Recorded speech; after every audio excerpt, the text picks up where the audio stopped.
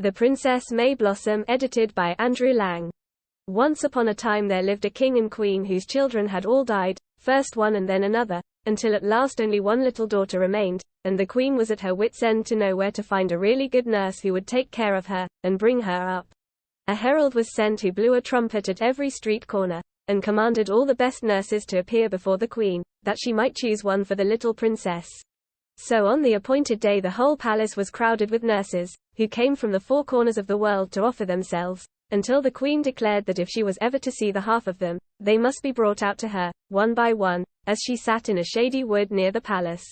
This was accordingly done, and the nurses, after they had made their curtsy to the king and queen, ranged themselves in a line before her that she might choose. Most of them were fair and fat and charming, but there was one who was dark-skinned and ugly, and spoke a strange language which nobody could understand. The queen wondered how she dared offer herself, and she was told to go away, as she certainly would not do. Upon which she muttered something and passed on, but hid herself in a hollow tree, from which she could see all that happened. The queen, without giving her another thought, chose a pretty rosy-faced nurse, but no sooner was her choice made than a snake, which was hidden in the grass, bit that very nurse on her foot, so that she fell down as if dead. The queen was very much vexed by this accident, but she soon selected another, who was just stepping forward when an eagle flew by and dropped a large tortoise upon her head, which was cracked in pieces like an eggshell. At this the queen was much horrified. Nevertheless, she chose a third time, but with no better fortune, for the nurse, moving quickly, ran into the branch of a tree and blinded herself with a thorn.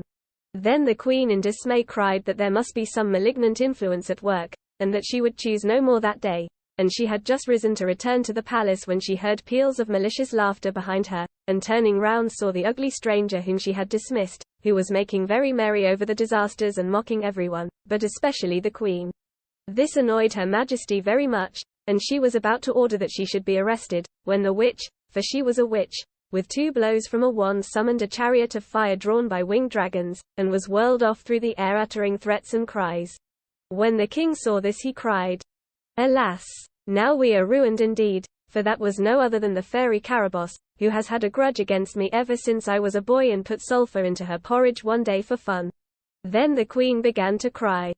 "If I had only known who it was," she said, "I would have done my best to make friends with her. Now I suppose all is lost."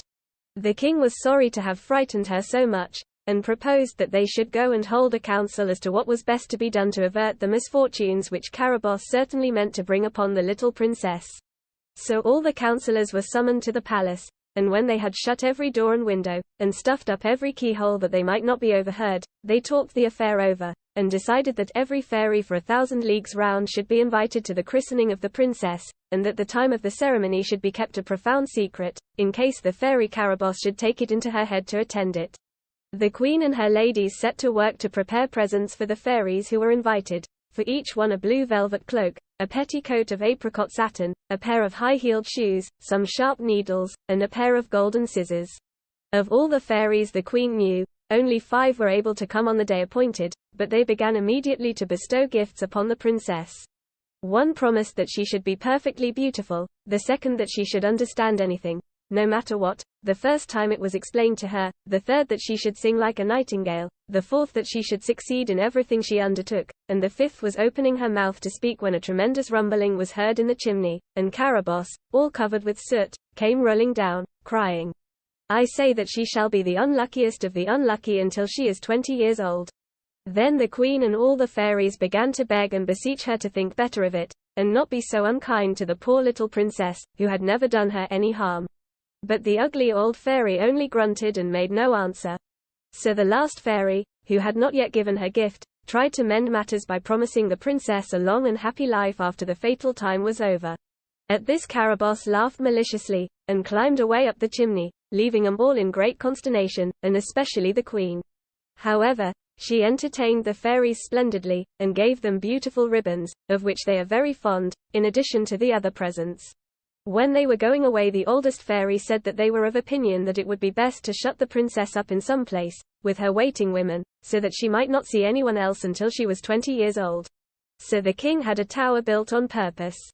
It had no windows, so it was lighted with wax candles, and the only way into it was by an underground passage, which had iron doors only 20 feet apart, and guards were posted everywhere.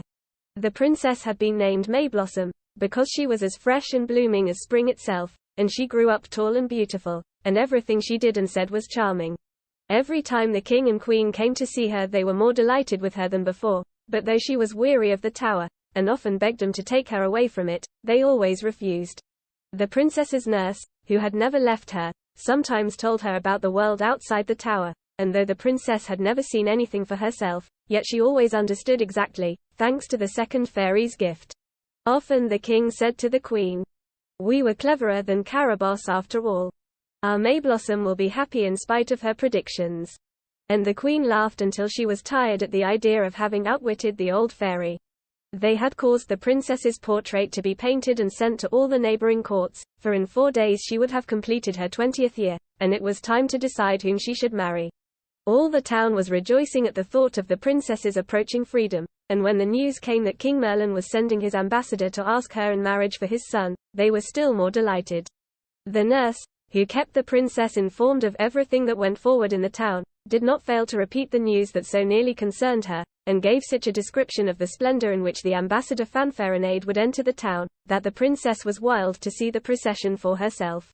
"What an unhappy creature I am," she cried, "to be shut up in this dismal tower as if I had committed some crime.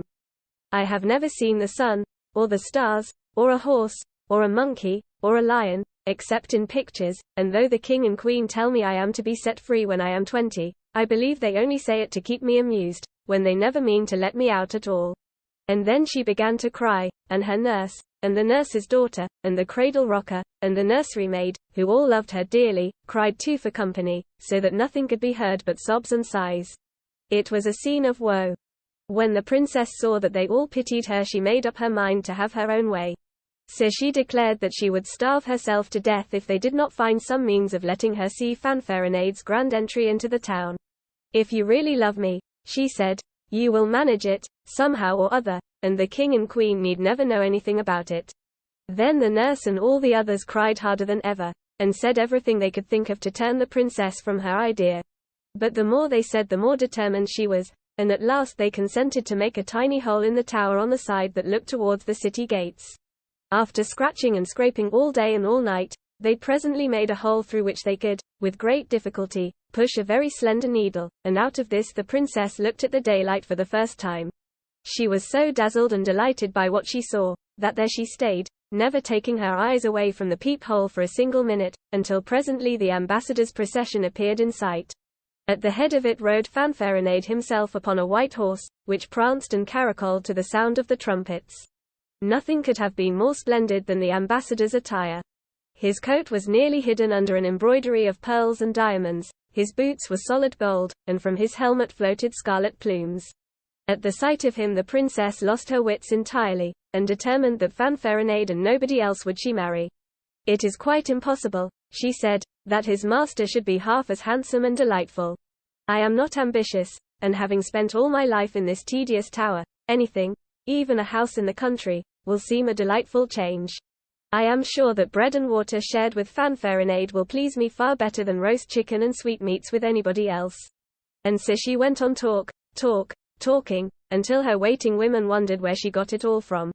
But when they tried to stop her, and represented that her high rank made it perfectly impossible that she should do any such thing, she would not listen, and ordered them to be silent. As soon as the ambassador arrived at the palace, the queen started to fetch her daughter. All the streets were spread with carpets, and the windows were full of ladies who were waiting to see the princess, and carried baskets of flowers and sweetmeats to shower upon her as she passed. They had hardly begun to get the princess ready when a dwarf arrived, mounted upon an elephant. He came from the 5 fairies, and brought for the princess a crown, a scepter, and a robe of golden brocade, with a petticoat marvelously embroidered with butterflies' wings. They also sent a casket of jewels, so splendid that no one had ever seen anything like it before, and the queen was perfectly dazzled when she opened it. But the princess scarcely gave a glance to any of these treasures, for she thought of nothing but Fanfaronade. The dwarf was rewarded with a gold piece, and decorated with so many ribbons that it was hardly possible to see him at all. The princess sent to each of the fairies a new spinning wheel with a distaff of cedar wood, and the queen said she must look through her treasures and find something very charming to send them also. When the princess was arrayed in all the gorgeous things the dwarf had brought, she was more beautiful than ever, and as she walked along the streets the people cried, "How pretty she is! How pretty she is!" The procession consisted of the queen, the princess, 5 dozen other princesses her cousins, and 10 dozen who came from the neighboring kingdoms, and as they proceeded at a stately pace the sky began to grow dark, then suddenly the thunder growled, and rain and hail fell in torrents. The queen put her royal mantle over her head, and all the princesses did the same with their trains. Mayblossom was just about to follow their example when a terrific croaking, as of an immense army of crows, rooks, ravens, screech owls, and all birds of ill omen was heard, and at the same instant a huge owl skimmed up to the princess, and threw over her a scarf woven of spiders' webs and embroidered with bats' wings. And then peals of mocking laughter rang through the air, and they guessed that this was another of the fairy Caraboss's unpleasant jokes. The queen was terrified at such an evil omen, and tried to pull the black scarf from the princess's shoulders, but it really seemed as if it must be nailed on, it clung so closely. "Ah!" cried the queen, "can nothing appease this enemy of ours? What good was it that I sent her more than 50 pounds of sweetmeats, and as much again of the best sugar, not to mention 2 Westphalia hams? She is as angry as ever." While she lamented in this way, and everybody was as wet as if they had been dragged through a river, the princess still thought of nothing but the ambassador, and just at this moment he appeared before her, with the king, and there was a great blowing of trumpets, and all the people shouted louder than ever. Fanfaronade was not generally at a loss for something to say, but when he saw the princess, she was so much more beautiful and majestic than he had expected that he could only stammer out a few words, and entirely forgot the harangue which he had been learning for months, and knew well enough to have repeated it in his sleep. To gain time to remember at least part of it, he made several low bows to the princess, who on her side dropped half a dozen curtsies without stopping to think, and then said, to relieve his evident embarrassment, "Sir Ambassador, I am sure that everything you intend to say is charming, since it is you who mean to say it, but let us make haste into the palace, as it is pouring cats and dogs, and the wicked fairy Caraboss will be amused to see us all stand dripping here. When we are once under shelter we can laugh at her." Upon this the ambassador found his tongue, and replied gallantly that the fairy had evidently foreseen the flames that would be kindled by the bright eyes of the princess, and had sent this deluge to extinguish them. Then he offered his hand to conduct the princess, and she said softly, "As you could not possibly guess how much I like you, Sir Fanfaronade, I am obliged to tell you plainly that, since I saw you enter the town on your beautiful prancing horse, I have been sorry that you came to speak for another instead of for yourself. So, if you think about it as I do, I will marry you instead of your master. Of course I know you are not a prince, but I shall be just as fond of you as if you were, and we can go and live in some cozy little corner of the world, and be as happy as the days are long." The ambassador thought he must be dreaming, and could hardly believe what the lovely princess said. He dared not answer, but only squeezed the princess's hand until he really hurt her little finger, but she did not cry out. When they reached the palace the king kissed his daughter on both cheeks, and said, "My little lambkin, are you willing to marry the great King Merlin's son, for this ambassador has come on his behalf to fetch you?" "If you please, sire," said the princess, dropping a curtsy. "I consent also," said the queen, "so let the banquet be prepared." This was done with all speed, and everybody feasted except Mayblossom and Fanfaronade, who looked at one another and forgot everything else. After the banquet came a ball, and after that again a ballet, and at last they were all so tired that everyone fell asleep just where he sat. Only the lovers were as wide awake as mice, and the princess, seeing that there was nothing to fear, said to Fanfaronade, "Let us be quick and run away, for we shall never have a better chance than this." Then she took the king's dagger, which was in a diamond sheath, and the queen's neck handkerchief, and gave her hand to Fanfaronade, who carried a lantern, and they ran out together into the muddy street and down to the seashore. Here they got into a little boat in which the poor old boatman was sleeping, and when he woke up and saw the lovely princess, with all her diamonds and her spider's web scarf, he did not know what to think, and obeyed her instantly when she commanded him to set out. They could see neither moon nor stars, but in the queen's neck handkerchief there was a carbuncle which glowed like 50 torches. Fanfaronade asked the princess where she would like to go, but she only answered that she did not care where she went as long as he was with her. "But, princess," said he, "I dare not take you back to King Merlin's court. He would think hanging too good for me." "Oh, in that case," she answered, "we had better go to Squirrel Island. It is lonely enough, and too far off for anyone to follow us there." So she ordered the old boatman to steer for Squirrel Island.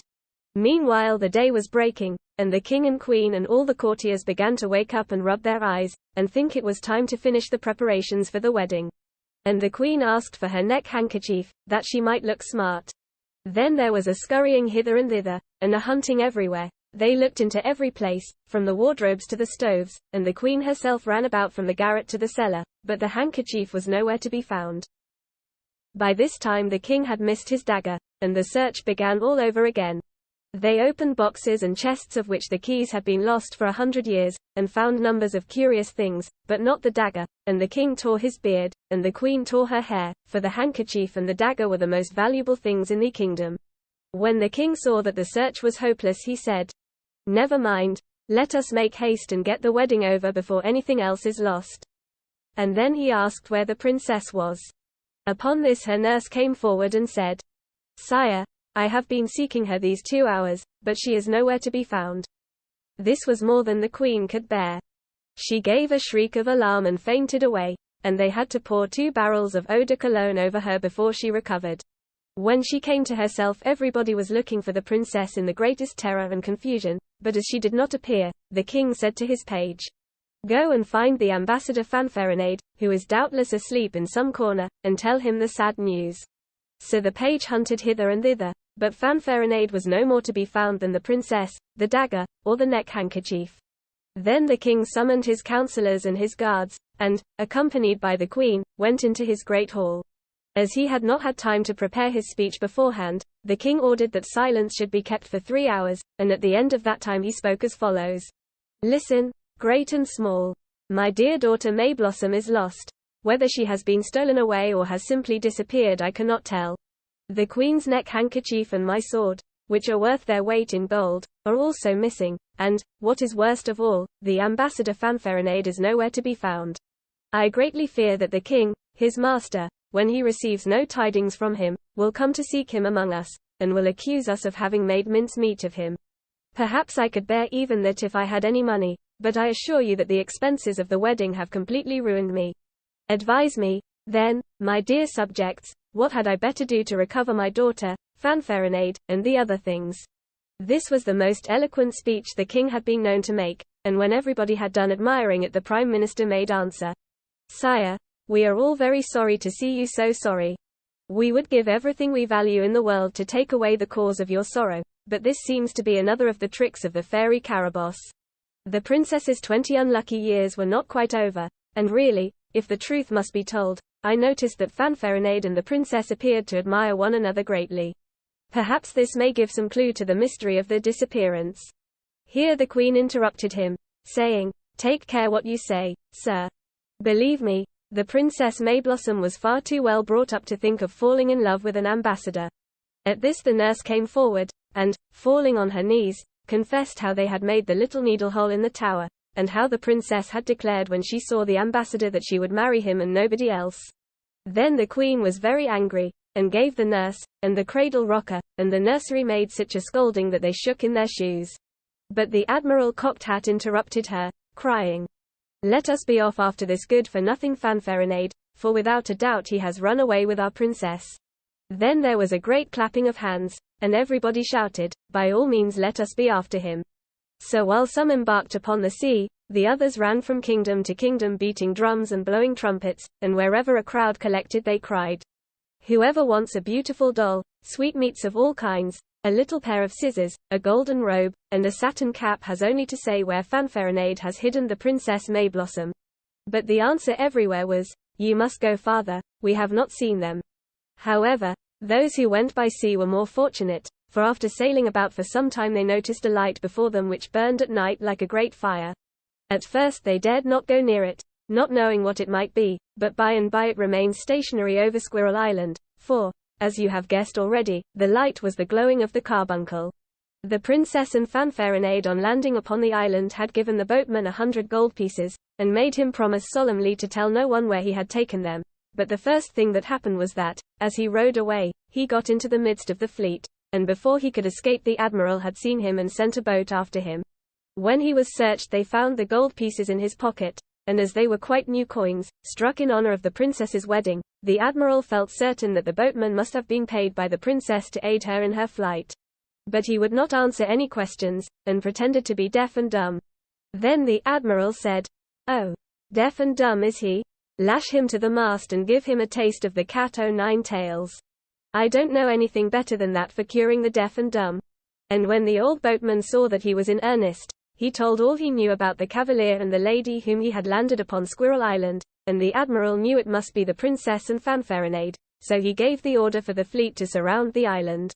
Meanwhile the Princess Mayblossom, who was by this time terribly sleepy, had found a grassy bank in the shade, and throwing herself down had already fallen into a profound slumber, when Fanfaronade, who happened to be hungry and not sleepy, came and woke her up, saying, very crossly, "Pray, madam, how long do you mean to stay here? I see nothing to eat, and though you may be very charming, the sight of you does not prevent me from famishing." "What, Fanfaronade," said the princess, sitting up and rubbing her eyes, "is it possible that when I am here with you can want anything else? You ought to be thinking all the time how happy you are." "Happy?" cried he. "Say rather unhappy. I wish with all my heart that you were back in your dark tower again." "Darling, don't be cross," said the princess. "I will go and see if I can find some wild fruit for you." "I wish you might find a wolf to eat you up," growled Fanfaronade. The princess, in great dismay, ran hither and thither all about the wood, tearing her dress, and hurting her pretty white hands with the thorns and brambles, but she could find nothing good to eat, and at last she had to go back sorrowfully to Fanfaronade. When he saw that she came empty-handed he got up and left her, grumbling to himself. The next day they searched again, but with no better success. "Alas," said the princess, "if only I could find something for you to eat, I should not mind being hungry myself." "No, I should not mind that either," answered Fanfaronade. "Is it possible," said she, "that you would not care if I died of hunger?" "Oh, Fanfaronade, you said you loved me." "That was when we were in quite another place and I was not hungry," said he. "It makes a great difference in one's ideas to be dying of hunger and thirst on a desert island." At this the princess was dreadfully vexed, and she sat down under a white rose bush and began to cry bitterly. "Happy roses," she thought to herself, "they have only to blossom in the sunshine and be admired, and there is nobody to be unkind to them." And the tears ran down her cheeks and splashed onto the rose tree roots. Presently she was surprised to see the whole bush rustling and shaking, and a soft little voice from the prettiest rosebud said, "Poor princess, look in the trunk of that tree, and you will find a honeycomb, but don't be foolish enough to share it with Fanfaronade." Mayblossom ran to the tree, and sure enough there was the honey. Without losing a moment she ran with it to Fanfaronade, crying gaily, "See, here is a honeycomb that I have found. I might have eaten it up all by myself, but I had rather share it with you." But without looking at her or thanking her he snatched the honeycomb out of her hands and ate it all up, every bit, without offering her a morsel. Indeed, when she humbly asked for some he said mockingly that it was too sweet for her, and would spoil her teeth. Mayblossom, more downcast than ever, went sadly away and sat down under an oak tree, and her tears and sighs were so piteous that the oak fanned her with his rustling leaves, and said, "Take courage, pretty princess, all is not lost yet. Take this pitcher of milk and drink it up, and whatever you do, don't leave a drop for Fanfaronade." The princess, quite astonished, looked round, and saw a big pitcher full of milk, but before she could raise it to her lips the thought of how thirsty Fanfaronade must be, after eating at least 15 pounds of honey, made her run back to him and say, "Here is a pitcher of milk. Drink some, for you must be thirsty I am sure, but pray save a little for me, as I am dying of hunger and thirst." But he seized the pitcher and drank all it contained at a single draught, and then broke it to atoms on the nearest stone, saying with a malicious smile, "As you have not eaten anything you cannot be thirsty." "Ah!" cried the princess, "I am well punished for disappointing the king and queen, and running away with this ambassador about whom I knew nothing." And so saying she wandered away into the thickest part of the wood, and sat down under a thorn tree, where a nightingale was singing. Presently she heard him say, "Search under the bush, princess. You will find some sugar, almonds, and some tarts there, but don't be silly enough to offer Fanfaronade any." And this time the princess, who was fainting with hunger, took the nightingale's advice, and ate what she found all by herself. But Fanfaronade, seeing that she had found something good, and was not going to share it with him, ran after her in such a fury that she hastily drew out the queen's carbuncle, which had the property of rendering people invisible if they were in danger, and when she was safely hidden from him she reproached him gently for his unkindness. Meanwhile, Admiral Cocked Hat had dispatched Jack the Chatterer of the Straw Boots, courier in ordinary to the Prime Minister, to tell the king that the princess and the ambassador had landed on Squirrel Island, but that not knowing the country he had not pursued them, for fear of being captured by concealed enemies. Their majesties were overjoyed at the news, and the king sent for a great book, each leaf of which was 8 ells long. It was the work of a very clever fairy, and contained a description of the whole earth. He very soon found that Squirrel Island was uninhabited. "Go," said he, to Jack the Chatterer, "tell the admiral from me to land at once. I am surprised at his not having done so sooner."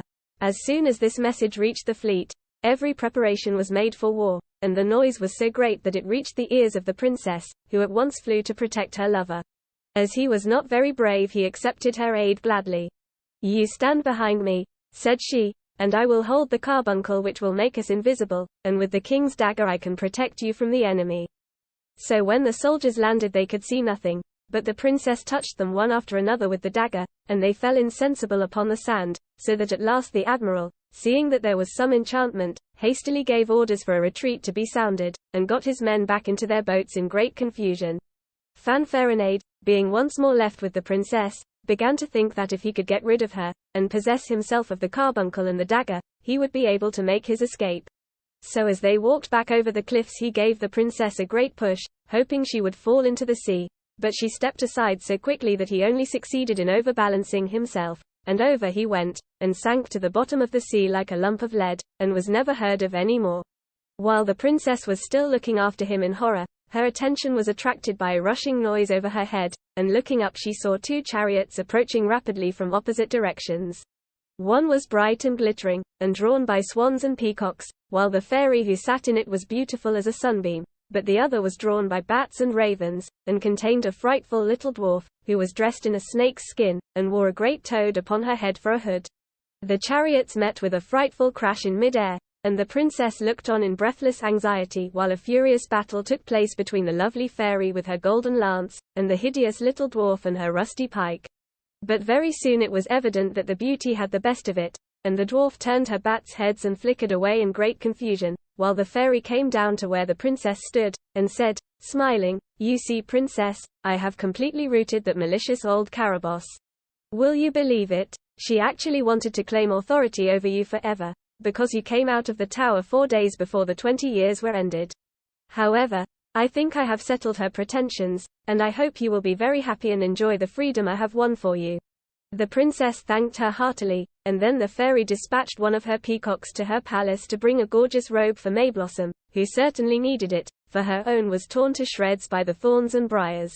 Another peacock was sent to the admiral to tell him that he could now land in perfect safety, which he at once did, bringing all his men with him, even to Jack the Chatterer, who, happening to pass the spit upon which the admiral's dinner was roasting, snatched it up and brought it with him. Admiral Cocked Hat was immensely surprised when he came upon the golden chariot, and still more so to see 2 lovely ladies walking under the trees a little farther away.